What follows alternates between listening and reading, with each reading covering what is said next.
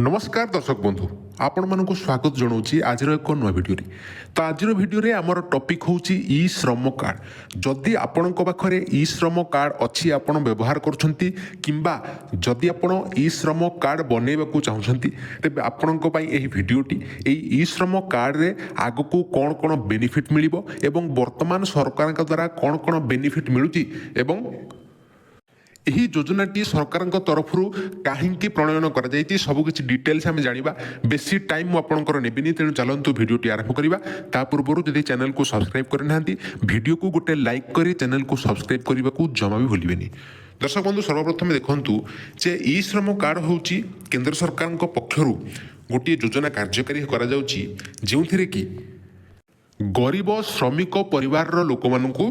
जो कि ध्यान दि जाऊँगी तो यही योजनाटा 2021 मसीह आरंभ होता है वर्तमान यह ई श्रम कार्ड भत्ता योजना 2025 भाव में जनाशुना। यही योजनार मूल लक्ष्य होउची दैनिक मजूरी किंबा छोट काम उपरे निर्भर करुवा लोकंकु सहायता प्रदान करिबा जेमिति कि निर्माण श्रमिक घरोई सहायक कृषि श्रमिक रिक्शा चालक गाड़ी चालक आमर मत्स्यजीवी और अन्य छोट छोट श्रमिक यही योजनार मुख्य हिताधिकारी। यही योजना अधीन में प्रदान करा जायथिबा आर्थिक सहायता किछिटा आश्वस्ति प्रदान करिछि विशेषकर जो मानकर जीविका संपूर्ण भाव में दैनिक रोजगार उपर जो माने दिन मजूरिया लोक यही योजनाटी सेमानंक पय कार्यकारी तापर देखूँ ई श्रम योजना कौन रही ना सरकार 2025 आरंभ में घोषणा करते जो श्रमिक मैंने सफलता सह ई श्रम पोर्टाल रे पंजीकरण कर पर्यायक्रमे 1500 टंका आर्थिक सहायता मिल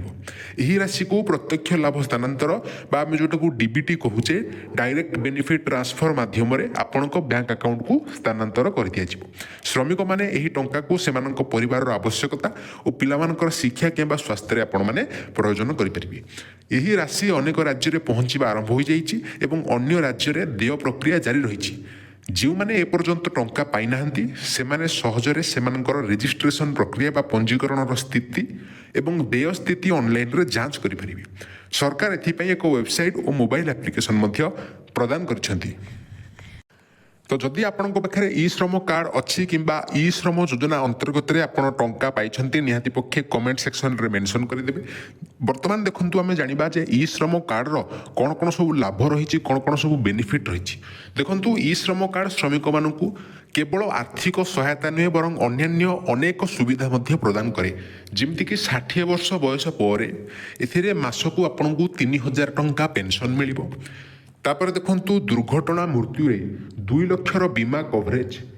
आंशिक अक्षमता क्षेत्र में 1 लाख सहायता मिलूँ आयुष्मान भारत योजना अधीन 1 लाख मागणा स्वास्थ्य सेवा एवं शेष में हूँ आपंकर राशन कार्ड उज्ज्वला योजना एवं दक्षता विकास कार्यक्रम भली अन्य योजना सहित जोड़ी होबार सुविधा। तो दिन मजूरिया मानक जो मैंने रिक्शा चालक गाड़ी चालक मत्स्यजीवी जो मैंने लेबर काम कर योजनाटी बहुत हेल्पफुल होगा जाऊँगी एवं जदि आप ई श्रम कार्ड रे अप्लाई करने को चाहते नुआ करके कार्ड बनवा चाहते तेज एपाई कौन कौन गाइडलाइन रही कौन कौन योग्यता रही देखूँ ना बयस आपंकर 16 ରୁ 59 वर्ष मध्य होगा आवश्यक एवं श्रमिक असंगठित क्षेत्र में निजुक्ति पाई आवश्यक मासिक आय 15,000 रु मंथली इनकम 15,000 रु कम होता दरकार आधार कार्ड बैंक अकाउंट तो आपंकर बाध्यतामूलक रोचे मोबाइल नंबर आधार सह लिंक रही दरकार। तो यही सब क्राइटेरिया जदि अच्छी आप ई श्रम कार्ड को अप्लाई करेंगे अप्लाई कर प्रोसीजर आप ऑनलाइन अप्लाई करेंगे एवं ऑफलाइन रे जनसेवा केन्द्र में अप्लाई करेंगे जदि आप ऑनलाइन रे केवल घरे बसी मोबाइल फोन माध्यम अप्लाई करेंगे से विषय जानवा चाहते निहाती पक्षे कमेंट सेक्शन में मेंशन करूँ अप्लाई परवर्ती वीडियो मु बनईदेवी केमिति आपण ई श्रम कार्ड पे अप्लाई करेंगे। तो ए पर्यंत जदि आपण जड़े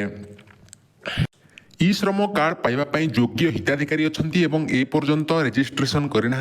निहाती पक्षे करनियंतु आगामी दिन में सरकार तरफ बहुत गुड़िए सुविधा यह कार्ड मध्यम आपण मान अकाउंट को हे तो टंका मध्यम कि अन्य कौन सुविधा आपण मिल जाव। दर्शक बंधु यही वीडियो देखापी निहाती पक्षे चैनल को सब्सक्राइब कर रखिए वीडियो को लाइक कर अन्य शेयर करने को जमा भी भूलिए ना। देखा परवर्ती वीडियो जय जगन्नाथ।